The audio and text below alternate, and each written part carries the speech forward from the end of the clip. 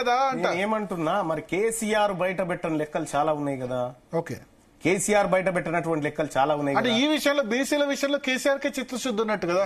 బీసీల విషయంలో చిత్తశుద్ధి ఉంటే కులాల వారిగా లెక్కలు బయట పెట్టి కదా. మన కేసీఆర్ ఎక్కువ ఇచ్చాడు. నేనేమంటున్నా, కేసీఆర్ గారు ఇగో బీసీ ప్రజలారా నేను సమగ్ర కుటుంబ సర్వే చేసిన, ఇగో ఇందులో ముదిరాజులు ఇగో 24 లక్షల మంది ఉన్నారు, దళితులు 50 లక్షల మంది ఉన్నారు, మాదిగలు ఇది చెప్పాలి కదా. పెడతారా ఇప్పుడు మీ వాళ్ళు పెడతారా? పెడతాం, ఇప్పుడు పెడతారో పెట్టరో నాకు తెలియదు కానీ, ముదిరాజు యాదవ్ పెడతారో నాకు తెలియదు కానీ, పెడతారో నాకు తెలియదు ఇప్పటికైతే. ఇప్పుడు బయటకు వచ్చినటువంటి డాక్యుమెంట్ల మీదనే నేను మాట్లాడు. రమ్య కాలర్ సిద్ధంగా ఉన్నారు మనతో పాటు. రమ్య గారు. మల్లన్న గారు నమస్కారం. నమస్కారం అండి. గతంలో మీరు B6 లో చేసారు. మీరు పర్సనల్ సూటిగా అడగండి. ఓకే, మీరు ఫస్ట్ మీ లైఫ్ ని స్టార్ట్ చేసింది ఎక్కడనో తెలుసు, ఆ తర్వాత ఇప్పుడు ఎక్కడున్నారో తెలుసు. ఇంత మార్పు మనిషిలో ఇంత త్వరగా వస్తుందని మేము కూడా అనుకోలేదండి. ఒకటి, as a leader me language ని అయితే కంట్రోల్ చేసుకొని మాట్లాడాలి కదా. ఎంత మందిని ఉద్దేశించి మాట్లాడుతున్నారు, కనీసం టంగ్ కంట్రోల్ ఉండాలి కదండి. మరి అంత ఘోరంగా మాట్లాడతారా? మీరు ఇంకా తిడతాము మేము, ఇంకా పడాలి మీరు అనేటువంటి వ్యాఖ్యలు బంద్ చేసుకోండి. ఎందుకు చెప్తా ఉన్నామంటే, ఇంకా మేము ఇట్లనే డామినేట్ చేస్తాం ఇట్లనే అనేటువంటి ఉద్దేశం మీకుంటే మీ దగ్గర పెట్టుకోండి. మీ వాళ్ళని అనుకోండి, మా వాళ్ళని అంటే మేము పాడడానికి సిద్ధంగా లేము. ఇక్కడ ఎవరన్నారండి? అన్నోళ్ళనే అన్నాం కదా, మరి మీరెందుకు తీసుకుంటారండి అది? ఇప్పుడు మీరు ఒక కులాన్ని ఉద్దేశించి మాట్లాడుతున్నారు, మీ కులాన్ని మీరు రిప్రజెంట్ చేస్తున్నారు. మీరు మనుషుల్ని అక్కడ ఈ వీళ్ళు ఫలానా అని మీరు ఎక్కడ చెప్పలే కదా. అట్లా చెప్పుంటే మాకు కూడా ఏ బాధ ఉండేది కాదు. ఎట్లా చెప్పుంటే అండి? అంటే ఎవరు కామెంట్ చేసిందో విషయం ఏంటంటే, రమ్య గారు జీనూస్ వేదికలో చెప్పిన ఈ కామెంట్ ఉద్దేశించే మాట్లాడినాం. అక్కడ కులాన్ని ఉద్దేశించి కాదు అని అంటున్నారు. ఎందుకంటే అట్లా కన్విన్స్ కావలేదండి. కన్విన్స్ ఎట్లా మీరు క్షమాపణ చెప్పాలని చెప్తున్నారా అమ్మా? క్షమాపణ చెప్పాలి. మరి మీరు చెప్పండి, ఈ బీసీలకు చెప్పండి. 70 సంవత్సరాల నుంచి బీసీలకు అన్యాయం చేసినటువంటి మీరు చెప్పాలనుకుంటే చెప్పండి, మేము తీసుకోవడానికి సిద్ధంగా ఉన్నాం. మరి సరే, మీరు రాజీనామా చేయండి, మరి మళ్ళా గెలవండి.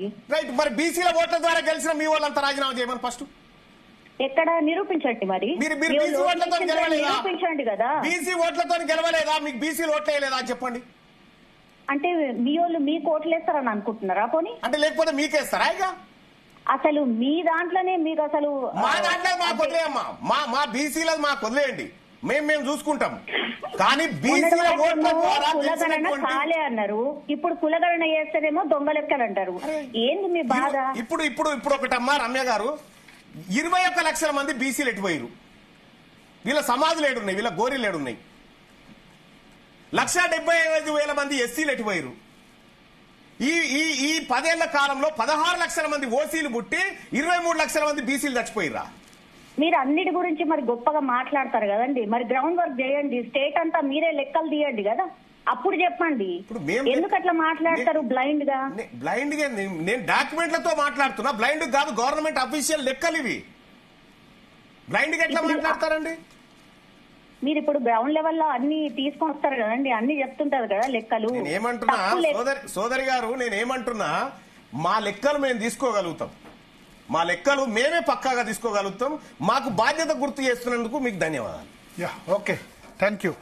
సో అటు ఓవరాల్ గా చూస్తే కొంచెం హట్ అయినట్టు కనిపిస్తుంది. విషయం ఏంటంటే, వాళ్ళకి తెలియక నేను మాట్లాడింది ఏమో పర్టికులర్ కామెంట్. కామన్ రెడ్డిస్ కూడా అట్ అయినా 2 రోజులు పట్టించుకుని పొలిటికల్ గా విషయం ఏంటంటే, అదే సభ కూర్చున్న వాళ్ళు కూడా అదే సభ అంటే విషయం ఏంటంటే, నేను మాట్లాడినటువంటి పూర్తి మాట వింటే వాళ్ళకు అర్థమైంది. ఇంట్లో కూర్చున్న గృహిణులు కూడా అట్ అయిన విషయం ఏంటంటే, ఇగో నేనేమంటున్నా, పాపం ఆ రమ్య గారు ఉన్నారు. ఇప్పుడు ఆమె మొత్తం ఈ జరిగినటువంటి ఘటన పూర్తిగా చూసినట్టే ఆమెకు కూడా అర్థమయ్యేది. అరే అట్లా అనేది కాకుండా అట్లా అనడం తప్పు అనేటువంటి, బీసీలు అనడం అట్లా తప్పు, ఇట్లా బీసీలను ఉచ్చదాగాలి అని చెప్పి అనడం తప్పు అనేటువంటి మాట ఆమె అన్నింటే, సరే ఏమో మాట్లాడుతున్నారా మా గురించి అను. కానీ మేము ఇట్లనే అంటాం, మీరు మాత్రం మమ్మల్ని అనకూడదు. అంటే నేను అన్నది పర్టికులర్ గా ఈ వ్యక్తి గురించి పాయింట్. ఇప్పుడు మీకు మళ్ళా బయటేసి వినిపించిన ఎక్కడన్నా నేను అన్నా. రేపు మండలి ఉంది, అసెంబ్లీ ఉంది, రేపు 2 విషయాల మీద చర్చ జరగబోతుంది. బీసీ క్యాస్ట్ సెన్సస్, ఎస్సీ వర్గీకరణకు మీరు సపోర్ట్ అనౌన్స్ చేశారు. వర్గీకరణ అవుట్ రైట్ సపోర్టా? Out right support. మాలలు వ్యతిరేకిస్తున్నారు అంటే నేను మెజారిటీ ఏమంటున్నారు అండి వాళ్ళు, ఎవరి పావు షేర్ వాళ్ళు తిందామంటున్నారండి. వీళ్ళు గుంజుకొని